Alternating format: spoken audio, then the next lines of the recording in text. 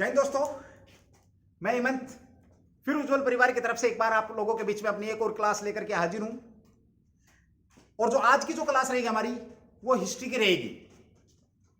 इस क्लास में जो मेरे पुराने स्टूडेंट हैं, जो मुझे जानते हैं, उन्हें पता है हम पढ़ रहे हैं मॉडर्न हिस्ट्री। और मॉडर्न हिस्ट्री में हम पढ़ रहे हैं यूरोपीय कंपनियों का भारत में आगमन।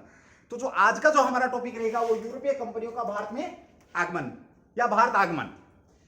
इसी सीरीज में मैं बात करूं जो हमने पहली क्लास, दूसरी क्लास, तीसरी क्लास जब हमने बनाई थी, निकाली थी, आप लोगों के बीच में यूट्यूब पे लेके आए थे, तो हमने पहले जैसे यूरोपीय कंपनियां भारत में आई, किस प्रकार से आई, कैसे उन्होंने अपने आप को स्थापित किया, कैसे उन्होंने शासन किया, कैसे उन्होंने राज किया, कैसे वो ताकतवर बनी, उन सब बातों को हमने बड़ी गहराई से, बहुत ही बढ़िया तरीके से हमने अपनी क्लासें आप लोगों के बीच में डाली हैं, पढ़ा है और आप लोगों को पढ़ाया है।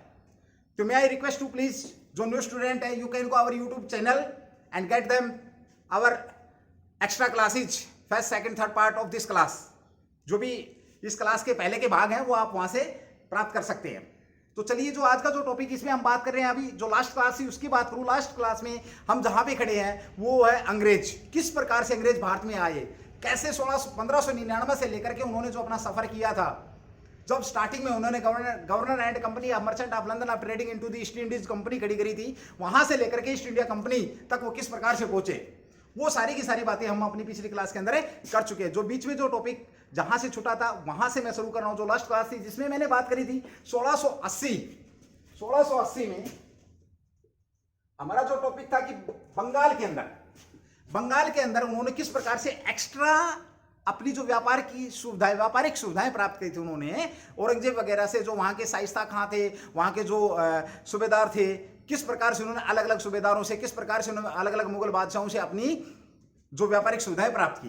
तो बंगाल के अंदर जब उन्होंने 1680 में औरंगजेब के द्वारा एक शाही फरमान मिला था कि भाई इनको 1.5% जजिया कर और 2.5% चुंगी देने पर इन्हें कोई भी किसी भी प्रकार से कर के लिए, चुंगी के लिए कोई परेशान नहीं करेगा और अंग्रेजों के व्यापार पर कोई भी बाधा उत्पन्न नहीं करेगा, या अंग्रेजों के व्यापार करने के रास्ते में कोई भी बाधा बनकर के खड़ा नहीं होगा। लेकिन उससे पहले अंग्रेजों के दिमाग में एक बात आ गई थी। इनके एक जो अधिकारी थे उन्होंने एक बात बोली थी। मैं एक क्वेश्चन छोड़ रहा हूं आप लोगों के लिए। वो कौन थे, मैंने पिछली क्लास में पढ़ाया था, वो कौन थे जिन्होंने ये बात बोली थी कि अब समय आ गया, ये समय का तगाजा है कि तलवार उठाइए और अपने व्यापार को समृद्ध कीजिए। ऐसा किस अंग्रेज अधिकारी ने बोला था, ये किसके विचार थे और इन विचारों पर अमल किया गया। इसी बात को ध्यान रखते हुए 1686 में क्या किया गया, इसी बात को मद्देनजर रखते हुए अंग्रेजों ने क्या किया। 1686 में हुगली को क्या कर लिया भाई, लूट लिया। या आप लोग जानते हैं, बहुत बेहतरीन तरीके से जानते हैं। जो last class of my history subject मैं बहुत बढ़िया तरीके से एक्सप्लेन कर चुका हूं। I already explain. जब हुगली को लूट लिया तो यहां पर औरंगजेब को जब पता लगा, तो औरंगजेब की जब शाही सेना यहां पे आई तो ये अंग्रेज भाग गए वहां से। ये अंग्रेज वहां से निकल गए और जो नदी का बहाव था उस दिशा में ये चले गए। लेकिन एक जोब चारनाक नाम के व्यक्ति थे, जोब चारनाक थे, उन्होंने क्या किया, समझौते की बात चलाई 1687 ईस्वी में। 1687 किसने भाई, जोब चारनाक।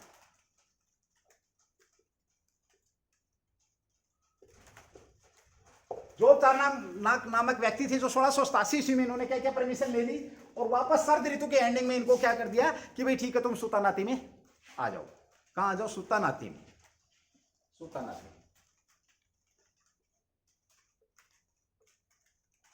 अब देखिए कब की बात है भाई, ये 1687 की बात है। इन्हें परमिशन मिल गई वापस 1687 में सुल्तानाती आने की। अब जब 1687 में समझौता करा दिया जोब चारनाक ने, तो क्या हुआ, 1690 में इन्हीं जोब चारनाक ने एक फैक्ट्री लगा दी। कहां पर, सुल्तानाती में व्यापारिक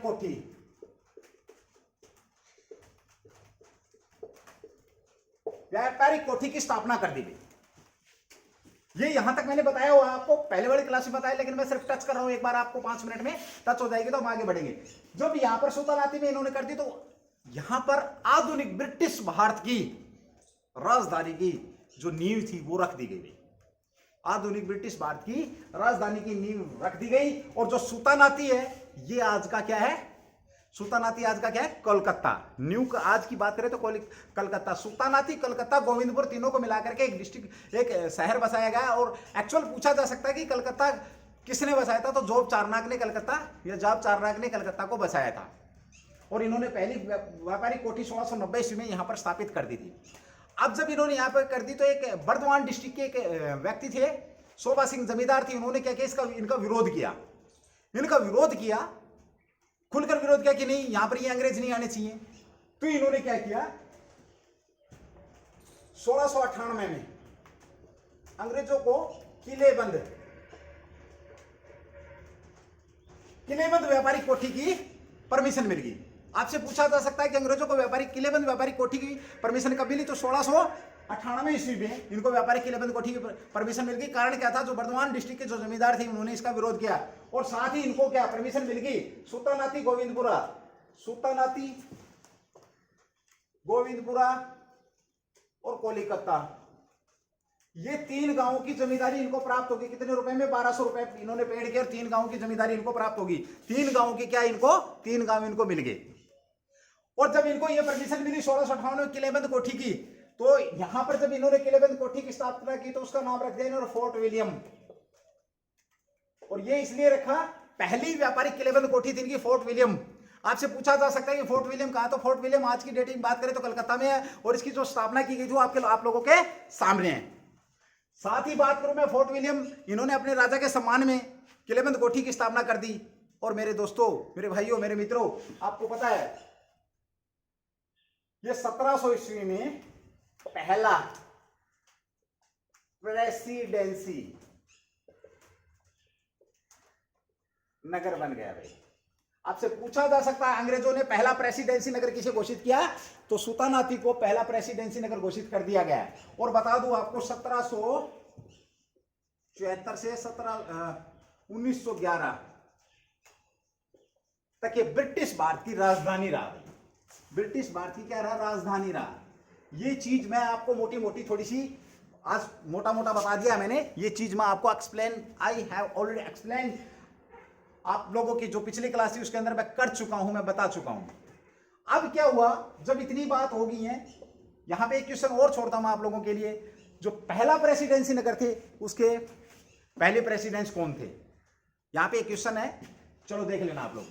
ओके, यहां तक आप लोगों को क्लियर हो गया। अब क्या हुआ, इसके बाद कुछ मिशन आए थे जिनसे बहुत इंपॉर्टेंट क्वेश्चन बन करके निकल करके आते हैं, उनके ऊपर मैं आप लोगों से बात करूंगा। आप एक बार इनको राइट डाउन कर लें, मैं इसको फिर रफ करता हूं, फिर आगे चलता हूं। आप जल्दी से नोट करेंगे, जल्दी से राइट डाउन करेंगे भाई इसको, फिर हम आगे चलते भाई।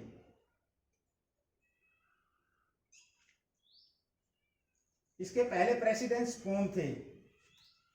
ओके, कुछ व्यापारिक सुविधाएं प्राप्त करने के लिए कुछ मिशन आए थे अंग्रेजों की तरफ से, उनके ऊपर उनसे कई बार क्वेश्चन आ जाता है कि फला फला मिशन कब आया था, फला फला मिशन में कौन कौन लोग शामिल थे।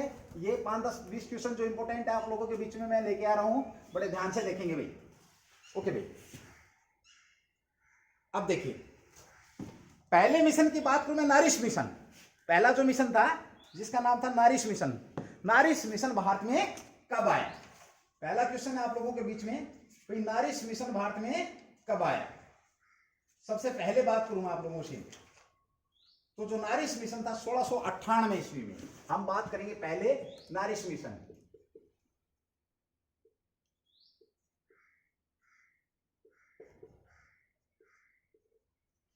ये कब आया? 1698 में। अब देखो भाई, पहली बात है नारिश मिशन, ये था क्या, क्या काम था, कौन था इसके? तो इसके जो अध्यक्ष थे विलियम नारिस।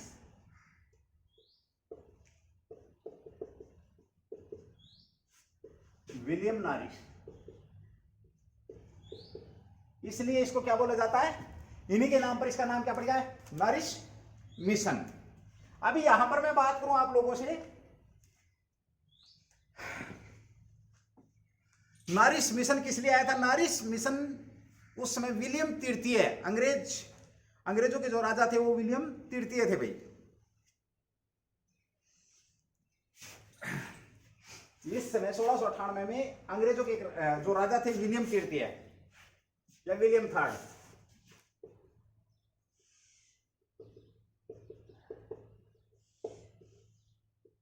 इन्होंने क्या किया, इन्होंने एक कंपनी बनाई, इनकी मदद से एक कंपनी बनी, और उस जो कंपनी का नाम था English trading into the East Indies. English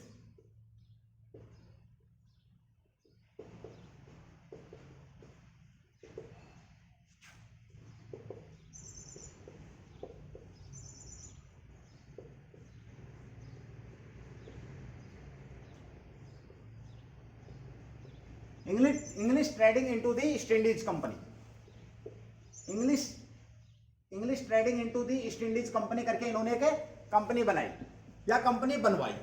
अब देखिए, इससे पहले मैंने एक बार बात करी थी आप लोगों से कि भाई English company trading into the East Indies company की, मैं यहां पे क्वेश्चन आ जाता कई बार, English trading into the East Indies company किसके शासनकाल में खड़ी हुई? तो यहां पर आप लोगों ने ध्यान रखना, विलियम तृतीय के शासनकाल में English company trading in the East Indies, into the east in the East Indies, sorry in the East Indies, तो विलियम तृतीय है। अब इस कंपनी को कुछ व्यापारिक सुविधाएं देने के लिए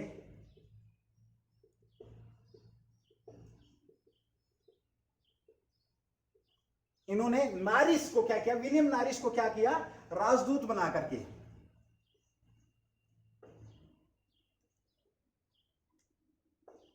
और कहां भेज दिया, औरंगजेब।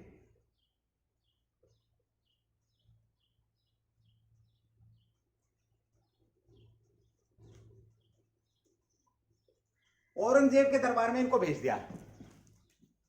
अब देखो एक बात सुनो, 1698 ईस्वी में नारिस मिशन भारत आया।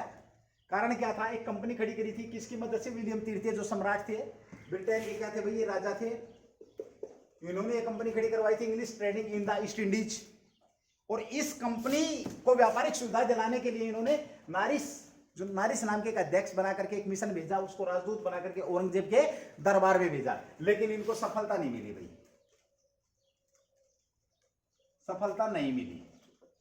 यहां पर बता दूं मैं आप लोगों को, जब नारिस मिशन आया, नारिस मिशन औरंगजेब के दरबार में पहुंचा, अध्यक्ष इसके नारिस थे, नारिस सफल नहीं हुए, तो ब्रिटिश मंत्रिमंडल के दबाव में क्या हुआ, इन कंपनियों को संयुक्त करने की बातचीत चल पड़ी भाई। मंत्रिमंडल, कौन सा मंत्रिमंडल, ब्रिटिश मंत्रिमंडल के दबाव में, ब्रिटिश मंत्रिमंडल के दबाव में इन कंपनियों को संयुक्त करने की बातचीत चल पड़ी भाई। संयुक्त बोले तो आप लोग ये समझेंगे कि इनको क्या इकट्ठा कर दो भाई, जो कंपनी है इनको इकट्ठा कर दो, क्योंकि इनको कोई व्यापारिक सुविधा मिली नहीं औरंगजेब की तरफ से, असफल हो गए। अब जब इस प्रकार की बात हुई तो इनको इकट्ठा करने की कोशिश की गई और ये बातचीत चली, और ये दोनों कंपनियां 1702 में दोनों कंपनियां संयुक्त होने के लिए राजी हो गई भाई।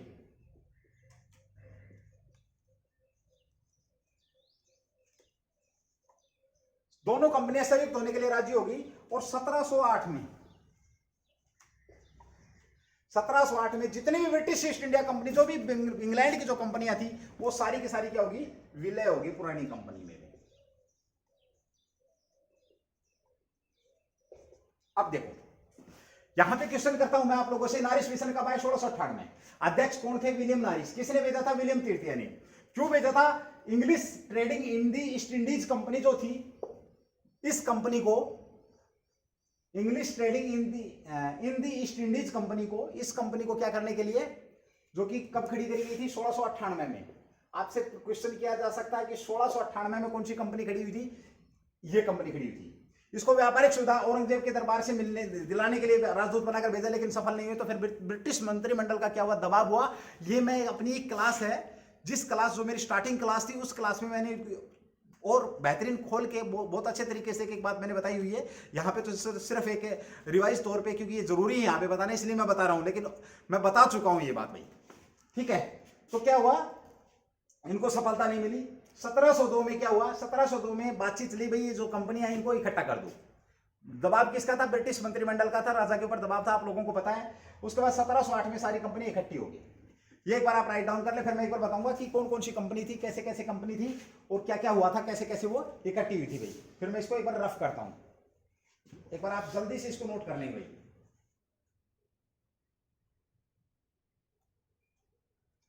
ओके भाई, यहां पर कई बार यह आ जाता है कि ब्रिटिश, अमूमन क्या होता है यहां पर कई बार यह आया हुआ बात आ जाती है कि भाई ब्रिटिश की कितनी, ब्रिटेन की कितनी कंपनियां भारत में आई थी। तो मेरे भाइयों ब्रिटेन की 4 कंपनियां, टोटल 4 कंपनियां भारत के अंदर आई थी, जो कि 1708 में क्या होगी, इकट्ठी होकर के एक कंपनी बनी थी। आपको बता देता हूं मैं एक बार, कई बार इंपोर्टेंट क्वेश्चन बन जाते हैं आपके, किसी भी लेवल पे बन सकते हैं। मैं ये नहीं कह सकता कि किस लेवल पे बनेंगे, लेकिन बन सकते हैं भाई। पहली बात करूं मैं आप लोगों से, नंबर 1 पहली कंपनी जो कि आप लोगों को पता है, the governor and merchant of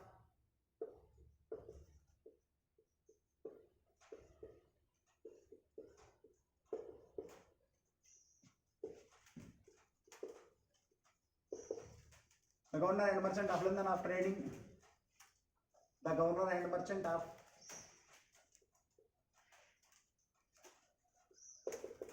trading into the east Indies. ये आप लोगों को पता है।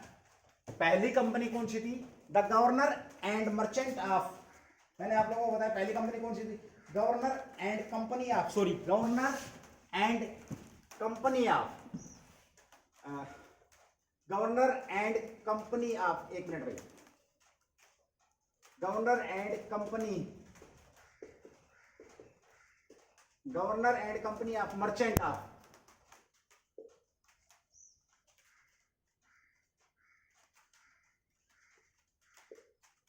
Merchant of London, merchants of London trading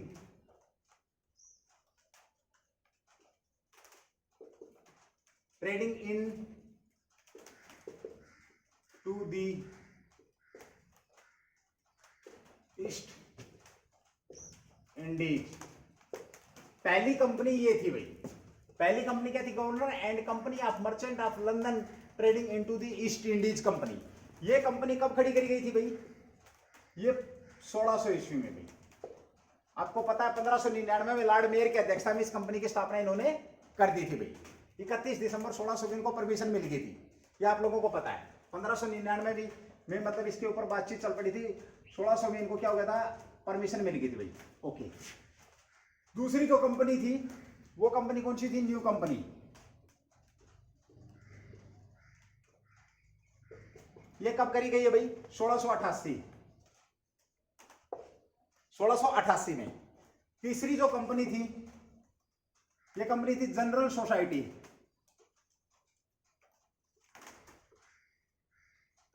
general society कब भाई, 1698। चौथी जो कंपनी थी वो कौन सी थी भाई, English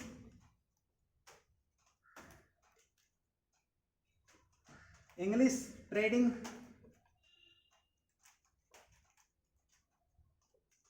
in the East Indies company.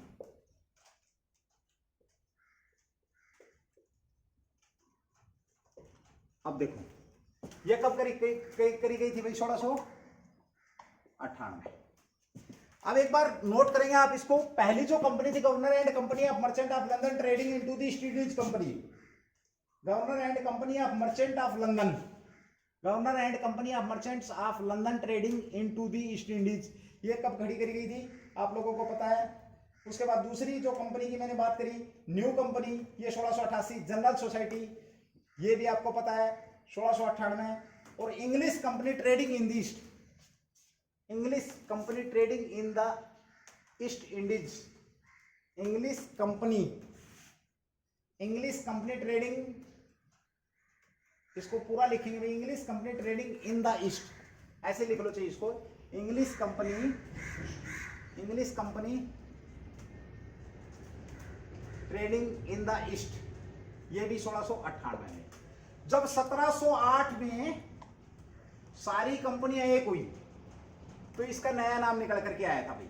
सारी कंपनियां जब एक हुई तो इसका जो नया नाम निकल करके आया था वो था the United company of merchant, the United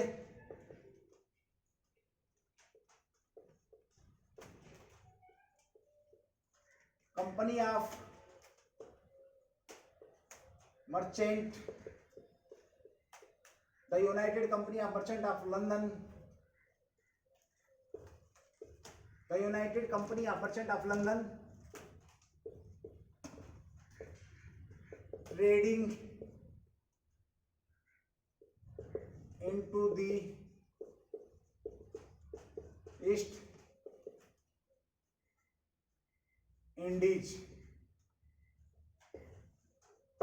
ये कंपनी निकल करके आई और ये नाम 1833 तक इसका रहा। 1833 में जो इसका नाम चेंज हुआ वो ब्रिटिश ईस्ट इंडिया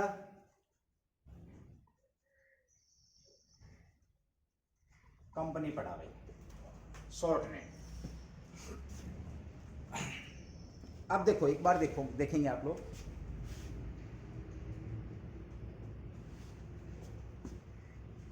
देखिए मैंने बात करी आप लोगों से कि भाई जब नारिश मिशन आया, नारिश मिशन क्या हुआ, जब नारिश मिशन आया था तो नारिश मिशन आया था अपनी कंपनी के लिए कुछ व्यापारिक सुविधा प्राप्त करने के लिए। उसके अध्यक्ष नारिश थे, 1698 ईस्वी में वो आया था और विलियम तृतीय का वो भेजा हुआ था, राजदूत बनाकर के उसको औरंगजेब के दरबार में भेजा, लेकिन वो असफल हुआ। तो वहीं से एक बात निकल करके आई कि भाई जितनी भी जो कंपनियां घाटा पड़ गया था इनको, मैंने डीपली आपको बताया हुआ, तो ये सारी कंपनियां एक होना इनकी मजबूरी हो गई। अब कंपनियां कितनी थी, 4 थी।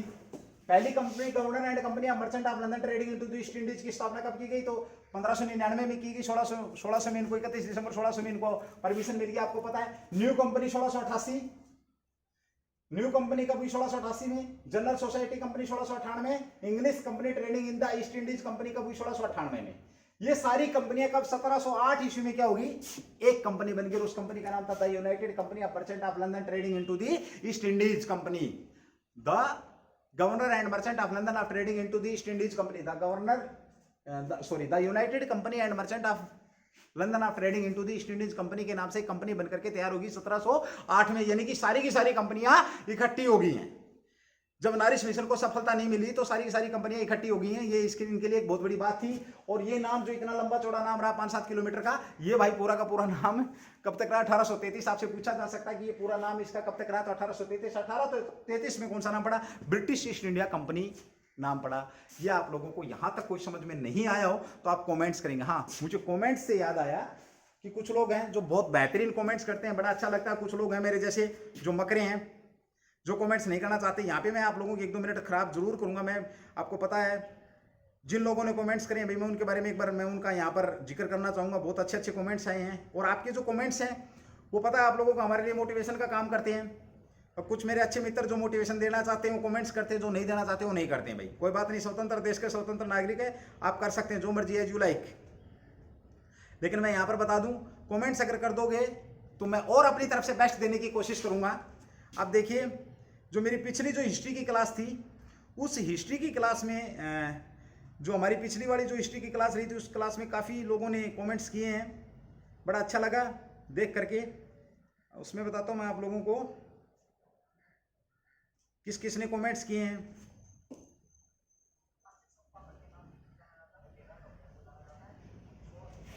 ओके, देखिए भाई, थोड़ा सा नेट क्या स्लो चल रहा है, इस वजह से सॉरी, मैं माफ़ी चाहूँगा। थोड़ा सा आपका टाइम लग रहा है, 1-2 मिनट, कोई बात नहीं, आप लोग मुझे भी दे सकते हैं।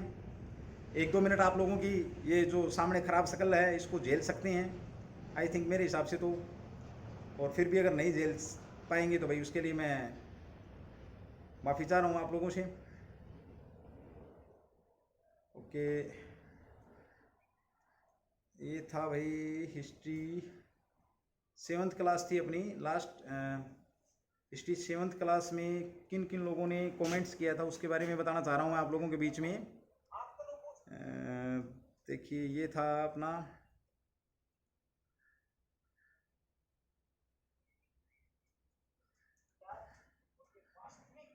हाँ जी, ये है भाई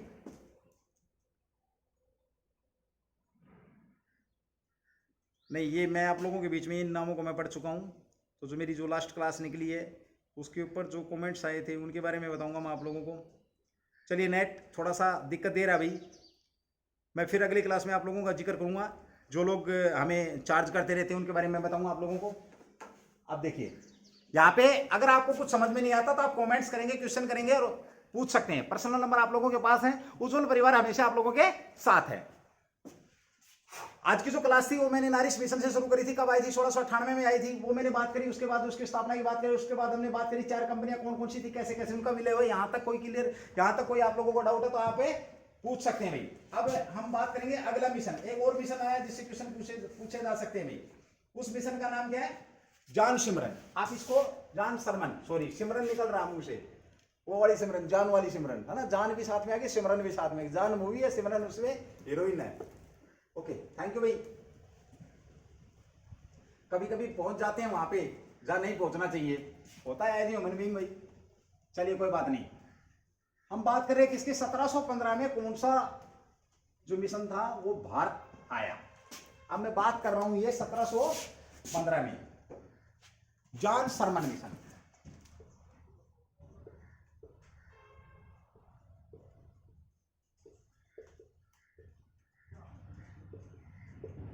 पहली बात निकल करके आती है जॉन सरमन मिशन कब आया? तो 1715 में। मोस्ट इंपोर्टेंट क्वेश्चन निकल करके आएंगे भाई, ध्यान रखना इस बात का। जॉन सरमन मिशन कब आया? 1715 में। उद्देश्य क्या था? कंपनी के लिए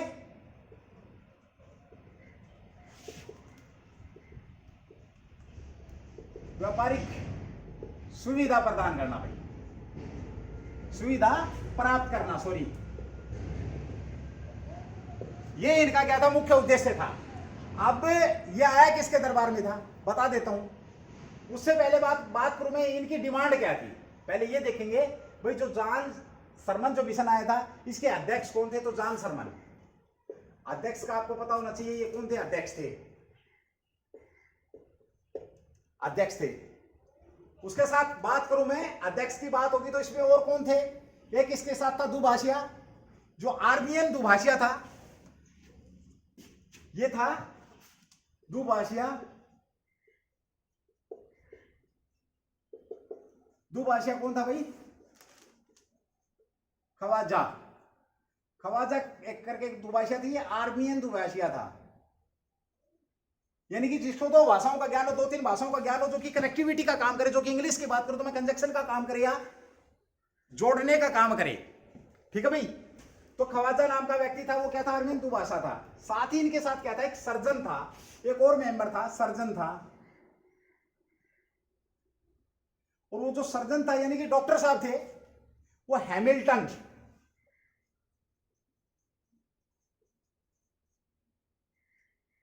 हैमिल्टन नाम के एक व्यक्ति थे, सर्जन थे, ये इनके साथ आए थे। इन्होंने क्या किया? हैमिल्टन साहब ने क्या किया? और उस समय जो मुगल बादशाह थे, मुगल बादशाह कौन थे? फर्रुखसियर भाई।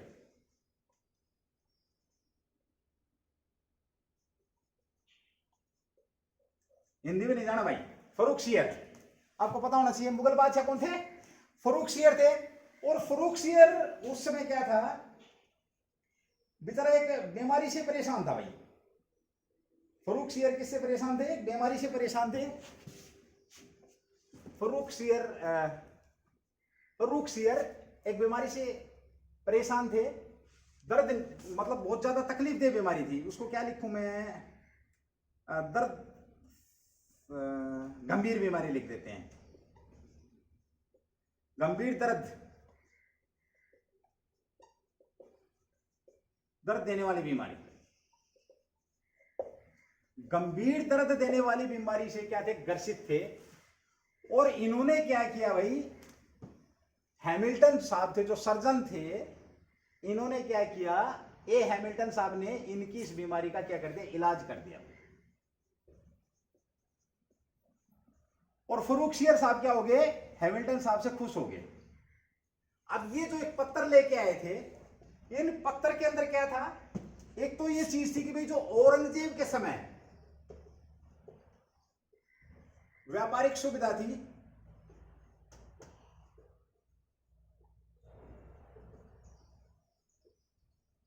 वो प्राप्त करना। दूसरा, बंगाल में मुक्त व्यापार चाहते थे।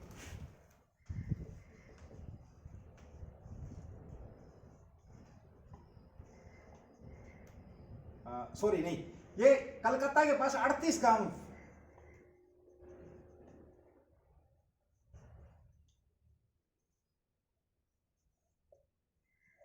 38 गांव चाहते थे। तीसरा सिक्कर, कहां पर? बंगाल में। अब देखो, अब ये बात समझने वाली बात है। देखिए एक बार मैं बताऊंगा आप लोगों को, साथ के साथ आप नोट करेंगे। और Edward Stephen William Hamilton, Hamilton AVS, Edward William सैफिटन, AVS हैमिल्टन कर लो आप, इसको याद रहेगा आपको। अब देखो एक बार भाई, जान समरन मिशन कब आया? जान समरन मिशन 1715 में आया। सबसे पहले बात करें इसमें कौन कौन लोग आए थे, तो अध्यक्ष जान सिमरन, जान सरमन, सॉरी सिमरन निकल रहा है मेरे मुंह से, जान सरमन, जान सरमन अध्यक्ष। उद्देश्य क्या था? कंपनी के लिए व्यापारिक सुविधाएं प्राप्त करना। दूसरी बात, यहां पे एक बहुत बढ़िया बात है, आए कहां से थे ये? कलकत्ता से आए थे। कहां आए थे भाई? मुगल दरबार। अब इसको एक बार कहानी के तौर पे देखेंगे। कलकत्ता में क्या था, इन्होंने अपनी स्थापना कर ली थी, प्रेसिडेंट्स नगर हो गया। तो वहां पे जो भी था, जो भी कुछ भी अंग्रेजों का पहले आएगा, जो भी प्रशासनिक जो काम होंगे पहले वहां से होंगे। तो वहां पर ये जान समरन जो था मिशन आया, वहां से इन्होंने मूव किया। कहां के लिए? वहां से निकल करके आए मुगल बादशाह के दरबार में। उस समय मुगल बादशाह दरबार में कौन थे? फर्रुखसियर थे। अब बात आती है इसके, इसमें थे कौन कौन लोग? तो थे AVS, अपने हैमिल्टन थे, ये सर्जन थे। अध्यक्ष मैंने आप लोगों को बता दिया। दुभाषिया था ख्वाजा, ये लोग थे। एक दूत मंडल यहां पर पहुंच गया, किसके दरबार में? फर्रुखसियर के दरबार में। और फर्रुखसियर एक बहुत बड़ी भारी बीमारी, दर्दनायक बीमारी थी, जो उस बीमारी से जो सर्जन साहब थे, डॉक्टर साहब थे, इन्होंने क्या किया? उसका ट्रीटमेंट कर दिया और वो खुश हो गया। पहली बात यहां तक होगी। उद्देश्य की बात करूं तो उद्देश्य में पहला उद्देश्य ये था कि इनके बंबई में ये सिक्के बनाते थे, ये चाहते थे कि हमारे सिक्के कहां पर चले? बंगाल में चले, पहली बात। दूसरी बात, कलकत्ता के पास 38 गांव थे, वो चाहते थे ये। तीसरी बात, जो औरंगजेब के समय, जो औरंगजेब ने 1680 में ये बोला था कि भाई इनको व्यापार के लिए कोई तंग नहीं करेगा, इनको विशेष अधिकार दिए थे, उनका रेनोवेशन चाहते थे। रेनोवेशन बोले तो मतलब उनको दोबारा से वो कराना चाहते थे। भाई पहले औरंगजेब ने तो दे दिया था, लेकिन बाद में क्या था, जो उत्तराधिकारी थे, होता क्या था कि जो एक राजा ने दे दिया, दूसरा राजा जरूरी नहीं उस बात को माने ना माने, तो उसको भी रिवाइज कराना चाहते थे। उन सब चीजों को ये 3-4 बात, अपनी 3-4 शर्तें लेकर के आए। पहली क्या? सिक्के चलाना चाहते थे बंगाल में। दूसरी क्या? 38 गांव थे ये कलकत्ता के पास, इन 38 गांवों को ये लोग चाहते थे। तीसरा क्या था? तीसरा भाई जो व्यापारिक सुविधा, औरंगजेब के समय में जो व्यापारिक सुविधा थी, उनको ये लेना चाहते थे। जब इधर फर्रुखसियर का इलाज कर दिया, यहां पर आप लोग एक बार इसको नोट कर लें, अच्छी अच्छी बातें हैं। आप अपनी लैंग्वेज में, क्यों मेरी लैंग्वेज तो फारसी है, समझ में कमी आएगी आप लोगों के, इसलिए मैं एक बार की बजाय 2 बार 3 बार पढ़ के बताता हूं। ये पूछा जा सकता है कि जान समरन मिशन कहां से कहां गया? तो मेरे दोस्तों, मेरे भाइयों बहनों, कहां से कहां गया? ये कलकत्ता से और मुगल बादशाह के दरबार में गया। मुगल बादशाह कौन था? फर्रुखसियर था। कब गया? 1715 में गया। कौन था अध्यक्ष? ये फलाना था। उद्देश्य क्या था? 3 उद्देश्य थे, सिक्के चलाने थे, 38 गांव लेने थे, और जो औरंगजेब के समय में जो सुविधाएं थी उनको प्राप्त करना, विशेष सुविधाएं थी जो उनको प्राप्त करना, इनका उद्देश्य था। अब जब ये फर्रुखसियर साहब ठीक हो गए थे, प्रसन्न हो गए, और इन्होंने एक शाही फरमान निकाला। क्या निकाला भाई? रफ कर रहा हूं, एक बार नोट कर लें, आप जल्दी करके नोट कर लें एक बार। कुछ है नहीं वैसे नोट करने को, याद हो गया होगा, और याद ऐसे हो जाता है कि दिमाग में फिर निकलेगा ही नहीं। चलिए भाई, एक शाही फरमान निकाला, और उस फरमान में इन्होंने क्या क्या कुछ दिया, वो मैं आप लोगों को बताना चाहूंगा एक बार। क्या कुछ दिया, कैसे कैसे क्या क्या इनको सुविधाएं प्राप्त होगी। खुश हो गया कौन? फर्रुखसियर। भाई सीधी सी बात है, दुख दर्द तकलीफ हो, मेरे दुख से तुम कॉमेंट्स को करो ना। जब तुम कमेंट्स करते हो तो मैं गणराज्य नहीं हो जाऊं, कई बार बात करूं ना। मुझे दुख है कि आप लोग बताते नहीं है मुझे। 5-6 लोग हैं, जैसे मैं नाम लूं, जिनका सुदेश परमार है, उसके बाद मोनिका है, उसके बाद पूजा रानी है, उसके बाद नंदिनी जी भी हैं, नंदिनी भारती जी हैं, उसके बाद अपने शिव कुमार हैं, उसके बाद ये अपनी मोनिका दैया है, उसके बाद बात करूं मैं राकेश है, उसके बाद बात करूं मैं अंकित है, शिव कुमार है। ये कुछ लोग हैं जो कमेंट्स करते रहते हैं। तो मेरा तो मानना यही कि यही लोग पढ़ रहे हैं। जब तक आप लोग कमेंट्स नहीं करेंगे तो मतलब आई थिंक मैं सोच नहीं सकता इस बारे में कि आप लोग पढ़ रहे हैं नहीं पढ़ रहे हैं। मैंने कई बार बोला कि आप लोग अच्छा ना बताएं यार, कोई मैटर नहीं करता, अच्छा बुरा कुछ नहीं है, कुछ नहीं होता। चलिए शाही फरमान, शाही फरमान निकाल दिया। सबसे पहले बात करूं मैं शाही फरमान किसको दे दिया गया? जॉन सरमन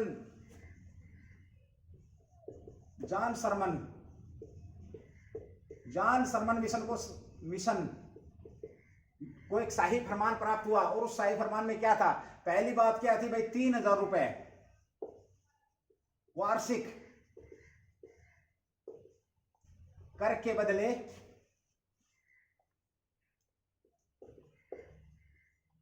बंगाल में सब करों से मुक्ति के बदले 3,000 रुपये वार्षिक कर के बदले बंगाल में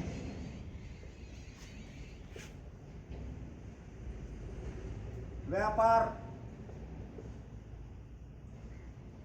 करने की छूट भाई।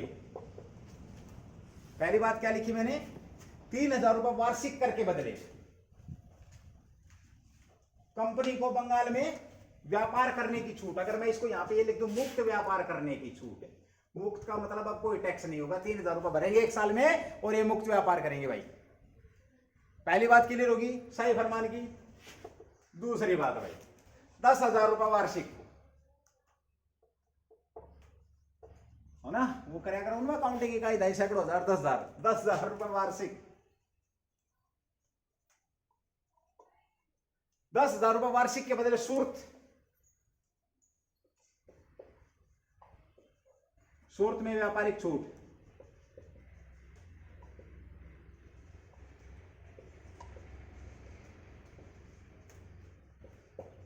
₹10,000 वार्षिक के बदले सूरत में क्या मिल गया भाई? इनको छूट मिल गई, सभी करों से मुक्ति मिल गई भाई। एक बार पहली बात करी 3,000 रुपए में बंगाल में मिल गई इनको। दूसरी बात क्या मिली इनको? 10,000 रुपए वार्षिक सूरत में। और मुंबई में जो सिक्के मिले थे, बने थे,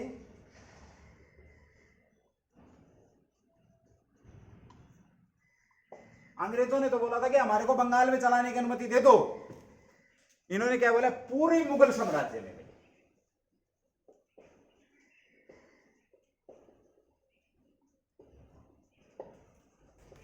पूरे मुगल साम्राज्य में जो मुंबई में जो सिक्के बनाएंगे अंग्रेज, पूरे मुगल साम्राज्य में चलाने की अनुमति प्रदान कर दी भाई।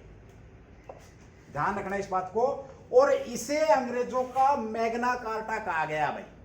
इसे अंग्रेजों का क्या कहा गया? इस शाही फरमान को अंग्रेजों का मैग्ना कार्टा कहा गया भाई। ध्यान रखना इस बात को। और ये किसने कहा है? ओरम ने। एक अंग्रेज इतिहासकार थे ओरम साहब ने मैग्ना कार्टा अंग्रेजों के लिए Magna carta. Okay, Magna carta क्या है भाई? महान अधिकार पत्र।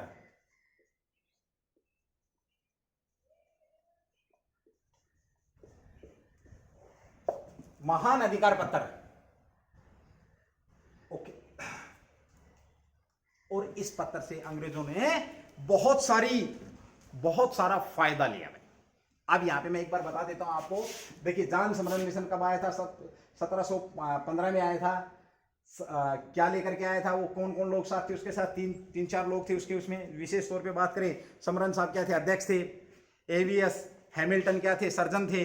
उसके बाद दुभाषी खवाज शाह थे। कहाँ पर आए? दरबार में। कहाँ से आए? कलकत्ता से मुगल दरबार में आए। वहाँ पर आकर के इन्होंने शाही फरमान प्राप्त किया। शाही फरमान कैसे प्राप्त किया? फर्रुखसियर जो मुगल बादशाह थे उसका क्या भाई ट्रीटमेंट कर दिया, इलाज कर दिया। इस वजह से इनको क्या शाही फरमान मिल गया। उस शाही फरमान में शर्तें क्या थी? 3,000 रुपए कर के बदले बंगाल में मुक्त व्यापार, 10,000 के बदले सब करों से मुक्ति। सब करों से मुक्ति कहां पर भाई? सूरत में, जो कि प्रसिद्ध बंदरगाह थी। आप लोगों को पता, प्रसिद्ध जगह थी। उसके बाद मुंबई के सिक्के इन्होंने बोला था बंगाल में चलाने के लिए सिर्फ। और जबकि इनको खुश होकर के क्या बोल दिया गया? पूरे मुगल साम्राज्य के अंदर आप जो ये बनाए गए सिक्के चला सकते हैं। इस शाही फरमान को ओरम, जो इनके साहित्यक इतिहासकार थे ओरम, आपसे पूछा जा सकता है कि शाही फरमान को क्या कहा गया था? तो अंग्रेजों के लिए मैग्ना कार्टा कहा गया था। अंग्रेजों के लिए मैग्ना कार्टा कहा किसने था? ओम साहब ने कहा था। और मैग्ना कार्टा का अर्थ क्या? महान अधिकार पत्र। और दोस्तों, अगर एक बार मैं पीछे लेके जाऊं आपको पॉलिटी, जहां से मैंने शुरू करी थी, कभी हिस्ट्री शुरू करी थी, दुनिया का पहला मैग्ना कार्टा कब आया था?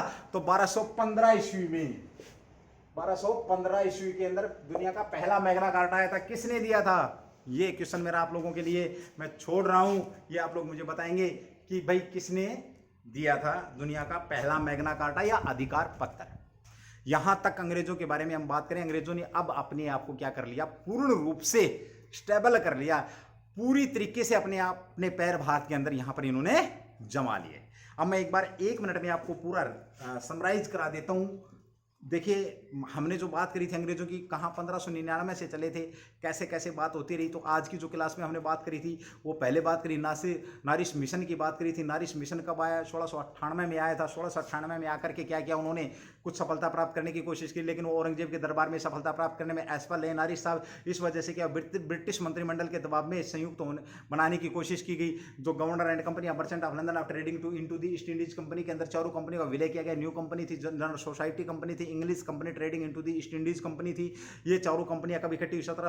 1708 में चारों कंपनियां इकट्ठी हो गई। उसके बाद फिर दूसरा मिशन आया मेरे मित्रों, मेरे भाइयों बहनों। कब आया दूसरा मिशन? दूसरा मिशन आया जान समरन मिशन, 1715 ईस्वी में आया। 1715 ईस्वी में आकर के जान समरन मिशन ने क्या किया, कलकत्ता से और सीधा ये कहां पहुंचा? मुगल बादशाह। मुगल बादशाह उस समय कौन थे? तो फर्रुखियर उस समय मुगल बादशाह होते थे। और इन्होंने क्या किया, मुगल बादशाह से शाही फरमान प्राप्त किया, जिसे मैग्ना कार्टा के नाम से जाना जाता है। उसमें ये क्या चाहते थे, मिला क्या, ये चाहते थे बंगाल में मुक्त व्यापार चाहते थे। 38 गांव जो कलकत्ता के पास थे वो चाहते थे। और मैं बता दूं आप लोगों को, इन्होंने उससे कहीं ज्यादा प्राप्त किया। उस मैग्ना कार्टा में क्या प्राप्त किया इन्होंने? जो मुंबई में जो सिक्के थे, ये खाली बंगाल में चलाना चाहते थे, बल्कि उनको तो परमिशन मिल गई पूरे साम्राज्य में चलाने की। सूरत मिल गया 10,000 के बदले, और मेरे भाइयों बंगाल मिल गया 3,000 वार्षिक कर के बदले में बंगाल मिल गया। तो यहां पर अंग्रेज अपने आप को पूर्ण रूप से क्या, मैं कहूं, हष्ट पुष्ट हो गए व्यापार के अंदर, और उन्होंने बहुत सारी अपनी विशेष जो छूट थी वो प्राप्त करने में सफलता प्राप्त कर ली। यहां पर अंग्रेजों की जो राम कहानी होती है वो यहां पर अब कुछ समय के लिए समाप्त होती है। अब जब वो स्टेपल हो गया, हम कंपनियों का आगमन पढ़ रहे हैं, उनकी स्थिति कंडीशन के बारे में पढ़ रहे हैं, तो यहां पर अंग्रेजों का जो टॉपिक था वो मेरे भाइयों समाप्त हो चुका है। आप लोग इस बारे में कंप्लीट जान चुके हैं कि अंग्रेज कैसे कैसे भारत में आए थे, कैसे कैसे उन्होंने क्या क्या किया। आगे हम पढ़ेंगे थोड़ा सा डेनिश के बारे में पढ़ेंगे, उसके बाद में स्वीडिश के बारे में पढ़ेंगे। स्वीडिश 1731 में स्वीडिश ईस्ट इंडिया कंपनी की स्थापना की गई थी। बाकी उसका जो व्यापार था चाइना के साथ हुआ था। उससे पहले डेनिश थे, डेनिश आए, जो डेनमार्का के संबंध था उनका। डेनमार्का में उन्होंने भी 2-3 कंपनियां खड़ी करी। उन सब चीज़ों के बारे में हम अपनी अगली क्लास के अंदर, और फ्रांसीसी हमारे बच गए हैं, मे भी शायद आपकी 1 या 2 क्लास के अंदर मैं उन सबको टॉपिकों को समेटने की कोशिश करूंगा, बताने की जो जरूरी चीज़ें हैं। भाई देखिए दोस्तों, जो जरूरी चीज़ें हैं वो बतानी ही पड़ेंगी मुझे, लेकिन मेरी मजबूरी है। अब मैं एक बार नेट देख लेता हूँ। मैं एक बार वो कमेंट्स जरूर बताना चाह रहा था आप लोगों को, पर थोड़ी सी समस्या नेट में थी। वो कमेंट्स मुझे बड़े अच्छे कमेंट्स थे, मेरे लिए बहुत बढ़िया लगे मेरे को वो कमेंट्स। उनके बारे में मैं एक बार चाह रहा था कि मैं आप लोगों को एक बार बताऊं पढ़ करके कौन कौन से कैसे कैसे कमेंट्स थे। तो भाई ये आप लोग ऐसे ही प्यार बना के रखिए, कमेंट्स करते रहिए, हमारे लिए बहुत बड़ी बात है। ये मेरे लिए विशेष तौर पे मुझे लगता है कि आप लोग मेरे सामने बैठे हैं और अच्छे से सुन रहे हैं, या फिर 2 ही चीज़ें, भाई मैं अपना समय खराब कर रहा हूँ और आप लोगों का भी समय खराब कर रहा हूँ। अगर आप नहीं पढ़ रही है तो ये मेरे लिए भी ठीक नहीं है और आप लोगों के लिए भी ठीक नहीं है। ओके, नेट चल पड़ा भाई दोस्तों।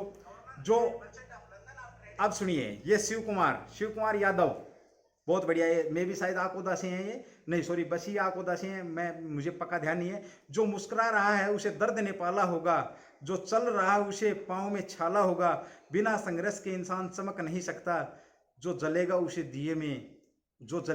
दिए में उजाला होगा। क्या बात है मेरे मित्र, तू तो शायर बन गया रे, बहुत बढ़िया यार भाई, क्या बात, तने गागर में सागर भर दी शिव कुमार भाई, कमाल कर दिया। यादव जी धन्यवाद, बहुत बहुत धन्यवाद आपको, आपका ये मेरे लिए बहुत बड़ी बात। मैंने क्वेश्चन किया था हुगली कहाँ, तो पश्चिम बंगाल में, वेरी गुड। कोरोमंडल तट कहाँ है? तमिलनाडु पूर्व घाट, बहुत बढ़िया जवाब है आपका भाई शिव कुमार, बहुत बढ़िया, क्या बात है। आगे अंकित राजपूत, वाह, वक्त बदलता है फिर बदलेगा, सारा जहां अपना होगा, क्या बात है ही जा भाई, अपना सारा जहां अपना होगा, मेहनत करिए, जहां एक दिन आपके कदमों में होगा मेरे मित्र, बहुत बढ़िया यार भाई। अंकित सलूट करता हूं मैं, शिव कुमार सलूट करता हूं आपको। Vijendra Kumar super class and content sir, thank you very much भाई दोस्त, धन्यवाद विजेंद्र, बहुत बहुत धन्यवाद। और Savita Yadav excellent sir ji, thank you madam ji, thank you. Madhu nice sir ji, बहुत बढ़िया भाई, धन्यवाद मधु जी आपका। गुड़िया धन्यवाद आपका। विशाल यादव सुपर, ये भाई विशाल जो हैं ये मेरे ख्याल में ग्वालियर से हैं, बहुत बहुत धन्यवाद आपका। मधु हैं ये शायद औरंगाबाद से हैं, बहुत अच्छा लगता है भाई। SBS अकेडमी से हैं ये, जो नाइस क्लास सर जी। अभिषेक बहुत बढ़िया भाई। अजय चौटाला, क्या बात है अजय चौटाला, वो तो नहीं आगे हमारे वो भाग्य भाई, बहुत बहुत बढ़िया भाई Ajay Chautala ji, nice sir ji, thank you, salute करता हूँ दोस्त आपको मैं। ये Puja Rani excellent class sir ji, thank you भाई। DM class, nice class sir ji. ये आप लोगों के कमेंट्स थे, मुझे बड़ा अच्छा लगता है जब आप लोग कमेंट्स करते हैं, देखिए कितना सुंदर कमेंट्स लिखा, जो मुस्कुरा रहा है उसे दर्द ने पाला होगा। क्या बात है यार भाई, दर्द कुछ ज्यादा ही दिल मेरे मित्र, जो चल रहा है उसके पाँव में छाला होगा, पक्का कंफर्म सी बात है, बिल्कुल। और क्या, बिना संघर्ष के इंसान चमक नहीं सकता। क्या बात है यार, बिना संघर्ष के इंसान चमक नहीं सकता, जो जलेगा उस दिए से ही उजाला होगा। भाई तेरी इस शायरी के लिए दोस्त शिव कुमार सल्यूट के अलावा मेरे पास कुछ नहीं, तो शायद मेरे पास होता तो मैं कुछ दे भी देता यार भाई। क्या बात है यार भाई, बहुत बहुत धन्यवाद यार भाई, आप लोग मोटिवेशन दे रहे हैं, बहुत बहुत, बस पढ़ते रहिए, मेरे लिए यही बहुत बड़ी बात है। चलते रहिए, आप लोग अपनी मेहनत करते रहिए, इधर उधर देखने की जरूरत नहीं है। जिस प्रकार से, जैसे एक वो जो आप लोगों ने जो खिचर रेडी जो गाड़ी होती है, जो घोड़ा होता है उसके साथ में ऐसे लगा रखा होता है, दोनों तरफ ऐसे लगा के रखते हैं, वो इसलिए लगा के रखते हैं कि ये सिर्फ और सिर्फ अपने टारगेट को देखे, सिर्फ और सिर्फ अपने टारगेट को देखे जहां इसने जाना है। और जो इधर उधर जो डिस्ट्रैक्शन पैदा करने वाली जो चीजें हैं, जो साइडों में जैसे हरी घास है या कहीं पे और कुछ है, जो भी बहुत सारी चीजें जो उसको अट्रैक्शन करती हैं, उन चीजों से बचाने के लिए लगाए।